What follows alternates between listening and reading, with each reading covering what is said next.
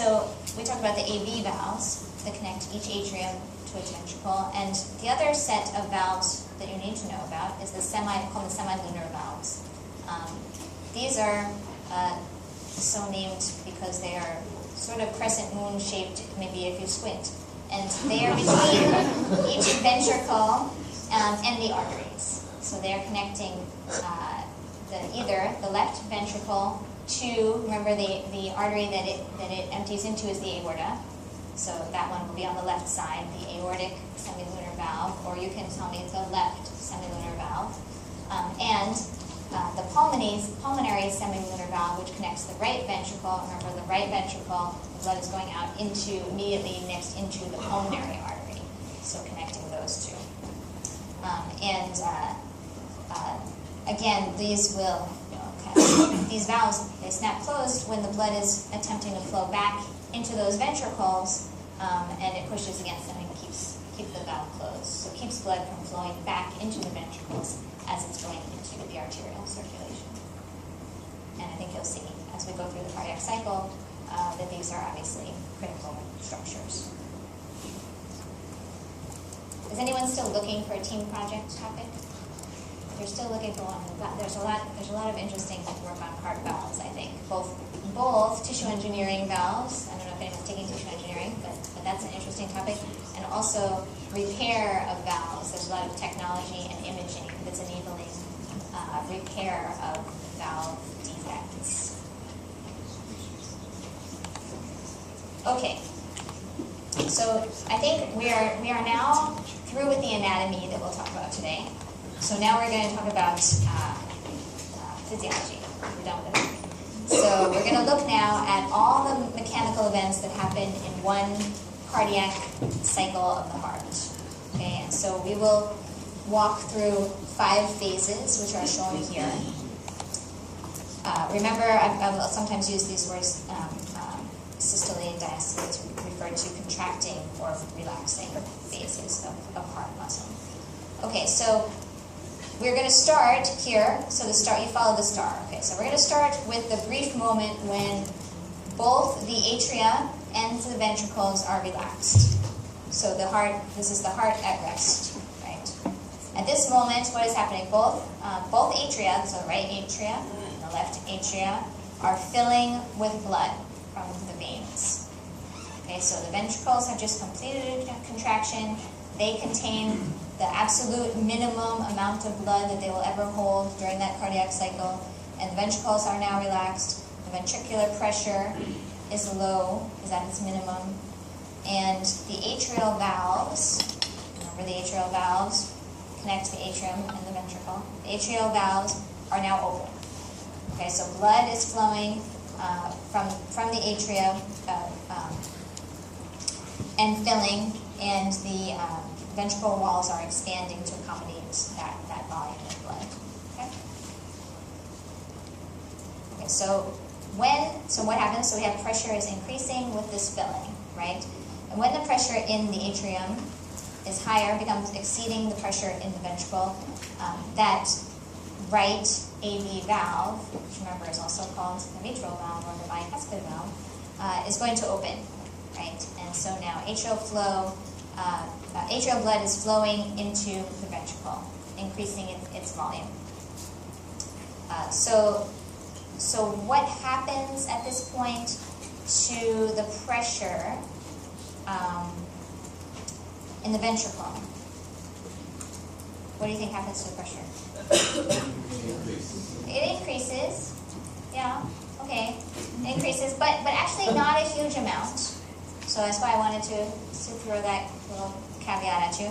It increases, but not to accommodate that that filling blood, but not a huge amount, because I want you to remember that it's not like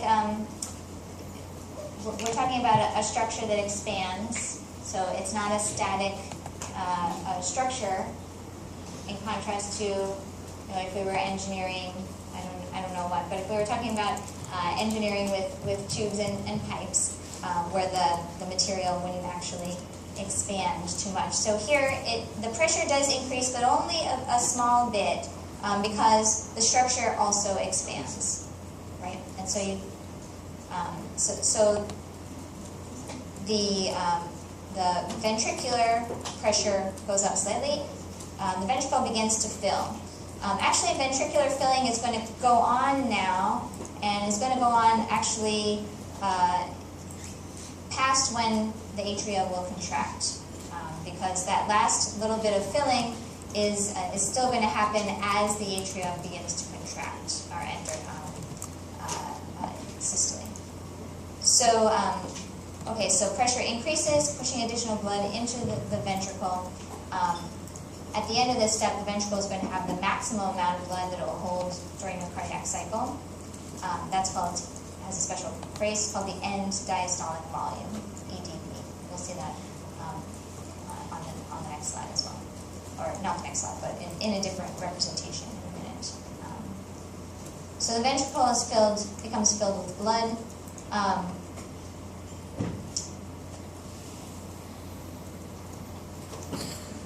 Triggered by a depolarization wave, the atria begins to contract. And remember, I said even after the atria contracts, there's still a little bit of blood filling that's finishing up. So those processes overlap. So the atria contracts, the depolarization wave. We're going to get to the electrical bits on Thursday, but that depolarization wave is moving somewhat slowly down the Purkinje fibers toward the apex of the heart, and ventricular contraction begins as those spiral bands of muscle start to squeeze the blood up towards the base of the heart. So that's the beginning of the ventricular contraction. Blood gets pushed at this point against the underside of the AV valves and forces them closed. And that's good because the blood then cannot flow backwards and get back into the atria. And, excitingly, closing of those AV valves produces the first bit of the heart sound that you hear in a heartbeat, right? So often in the medical literature, this is called the lub-dub sound, and now we are hearing the lub. So at this point, and it's marked here as S1, sound 1. That's a special name, see, S1. That's lub, okay? So lub happens when the AV valves are forced closed. There's some vibrations, and what you actually hear is the vibrations of those valves closing. Okay, so now remember both sets of valves are closed, so blood is flowing into the ventricles with nowhere else to go. Pressure is increasing, and there is isometric contraction, which means, what does it mean? Who knows what that means? Something is happening simultaneously. What's happening simultaneously? What's isometric mean? Same measurement, right? So same, here we're talking about same volume, right? So pressure is increasing now in the ventricle, but the muscle fibers in the heart and the ventricle they're continuing to produce force. The pressure is increasing, but there's no movement yet, right? So it's just that those muscle fibers, we'll talk about the structure of those muscle fibers and the cell biology of those muscle fibers that allows this to happen, but they're still producing force without yet a change in their size, so isometric. Good. Okay, so finally, that pressure exceeds the pressure in the aorta, and the ventricles then generate sufficient force to push open the semilunar valves. So now we have high pressure blood that's getting forced up into the arteries. So this is like the big pumping action of this whole mechanical process. This is the pump, right? Pumping just happened right there.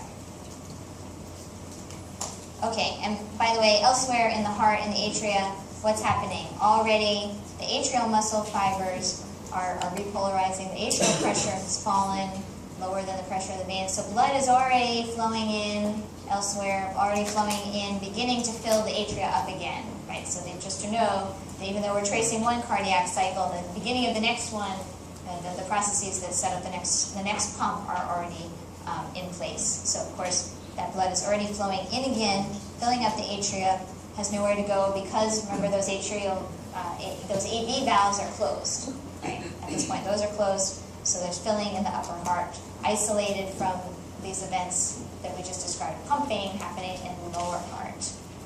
Okay, so back to the ventricles. We just had this big pumping action, right? And now, well, it's worth noting that now the blood, the heart does not actually empty itself of blood every time the ventricle contracts, right? So there's some blood left in that ventricle even at the end of the contraction, and that's called the end systolic volume, so ESV. So we talked about the EDV, which is the maximum that ventricle contained, and now we can talk about ESV, the minimum amount of blood that the ventricle contains at any point in the cardiac cycle. In most healthy people, it's about half. Yes? Do you want to minimize that volume? Is it good to have nothing left? Do you want to minimize it? No, actually, yeah. So you don't necessarily want to minimize it. No, you want to have some reserve remain there. Okay, so now the ventricles have just performed that pumping. They've contracted. Now they are beginning to relax, right? So ventricular pressure is decreasing. That pressure falls below the pressure in the arterial circulation, below the arteries. So now the semilunar valves close again. And guess what? The vibrations that are produced by those valves closing give you the dub, the second heart sound. So the remainder of that relaxation phase proceeds. That is, again, an isovolumetric relaxation. So the muscle fibers are able to relax, decrease their contractility, but without any overall change in ventricular volume. And now we're set up for the whole, well, remember how the whole process got triggered in the first place, so how is it all going to start again? The ventricular pressure is falling, and finally it will end up to be lower than the atrial pressure, and at that point the AV valve will open and the process will start again.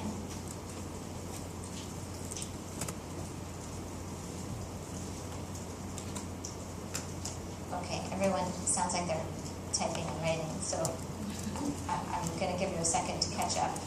If you're typing, email to your friends. Just stop, because I might just wait here for a long time. But you can feel free if you're typing notes. That's good. We just covered a whole lot, right? We just saw the whole entire cardiac cycle, and we looked at the events happening at the structural level, and we talked about pressures and volumes changing. And so there's another way to depict that series of events. I'll show you that now. So we could also depict that as a pressure-volume curve. So here's a plot of the left ventricular pressure and the left ventricular volume in milliliters versus millimeters of mercury. So here, these are average values for an adult. So let's just go through real quickly. We'll go through the different events again. I won't give you them in detail again, but just an overview. So at the beginning, we had passive blood flow, so coming in from the left atrium. And we had left atrial contraction. And remember, after that, we reached a point where the pressure in the left ventricle exceeded the pressure in the left atrium, and so the valve between those two closed. That's the AV valve. And at this point, we had this. At this point, this is the okay. The phones. So I have a lot of phones up here that people have placed there. I will not look at them now. Okay, so we'll have to do something different. So at this point, we're at EDV, end ventricular volume.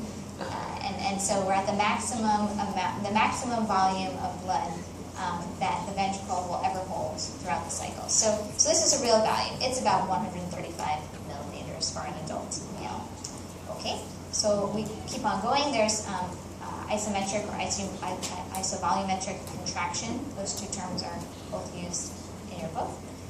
Contraction continues, and up until the point when the pressure in the left ventricle is exceeding the pressure in the aorta, and at that point, the semilunar valve opens on the aortic side.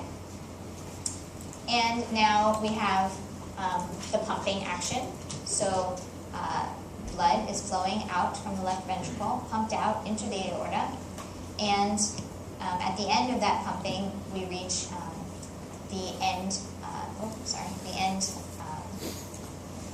systolic volume, which is, as we said, the minimum amount of blood that the ventricle will ever hold. And we can consider the difference between these two, and this also has a technical term. It's called the stroke volume. So very simply, right, it makes intuitive sense.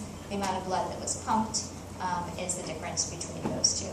And these are representative values. The amount of blood that's pumped in one cardiac cycle, I think I told you in our fun fact section, turns out to be about 70 milliliters. A typical end volume is about 60 milliliters. A typical maximum volume is about 135 milliliters. And then pressure falls in the left ventricle following this pumping. It goes back down to point A, and then blood is passively flowing in again here. So this is another representation, and you'll see this one in your book, and you'll see it probably on various assignments and possibly exams too. So that's a good one to know. There is one more type of plot that I want to show you, and then I would like to take a couple minutes to show you this, what I think is a kind of a cool imaging video, if I can get it to play. So we're going to come back to this one on Thursday a bit more.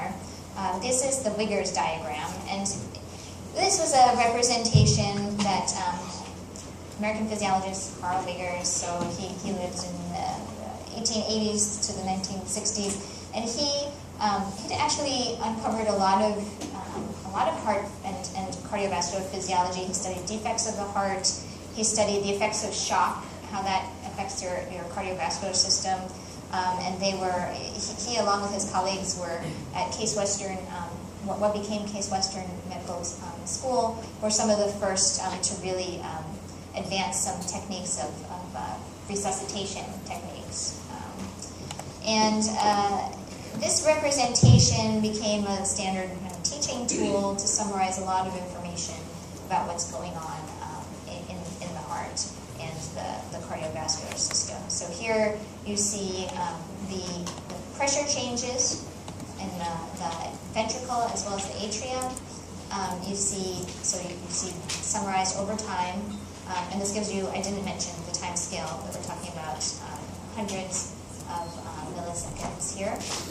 It also shows you some of the critical features, like when the heart sounds should occur, and correlates those to changes in pressure, and also shows you some representations of the major vessels as well, the aorta. So we'll come back to this a little bit as kind of just a summary, and hopefully you can spend some time looking at the different curves that are represented here and tying them to the anatomical events going on at the bottom. I'm going to see if I can get this ultrasound to play. Hold on just a second.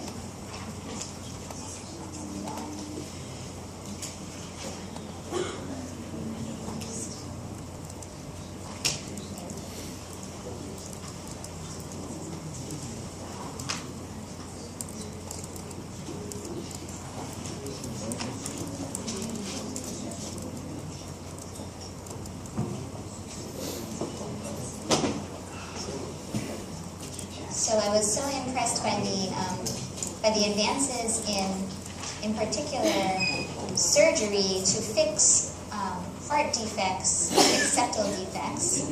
There's actually let's try one more time, sorry. There's actually a question on your homework that talks about septal defects. And when I was setting up that question, I didn't realize so you can pass on this. Feel good day. Wait a minute. I'm going to get to YouTube here, I hope. Oh gosh. Okay, sorry, it decided that I took too long.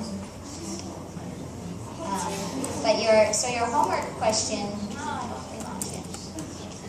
Okay, come on. Your homework question talks about,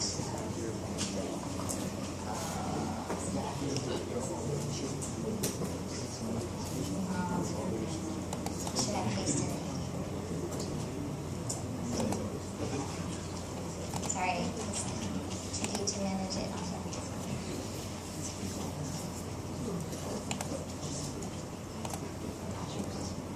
So your homework question talks about some of the more common heart defects. And I didn't realize until I was doing some further investigating that some of these can actually be corrected now through surgery, even in utero surgeries, which is just amazing. And some of these surgeries are online if you like to watch surgery videos. They're quite impressive. You can see that they are inserting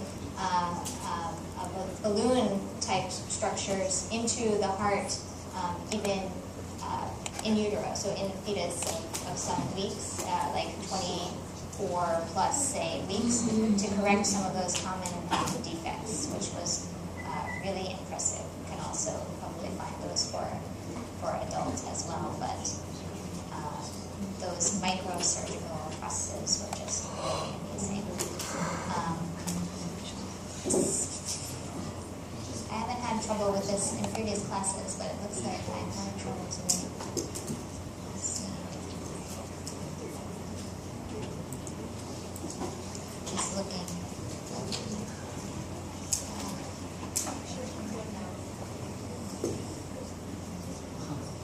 No. Okay. All right. Well, you know what I will do is put the video online, or I will have it for the next class. But it's a cardiac ultrasound where you can very clearly see all 4 chambers. It's amazing how much detail you can see. So it's an adult patient. And then I have some patients where they are going through heart failure, and you can see the valves fluttering in kind of inappropriate, uncontrolled ways.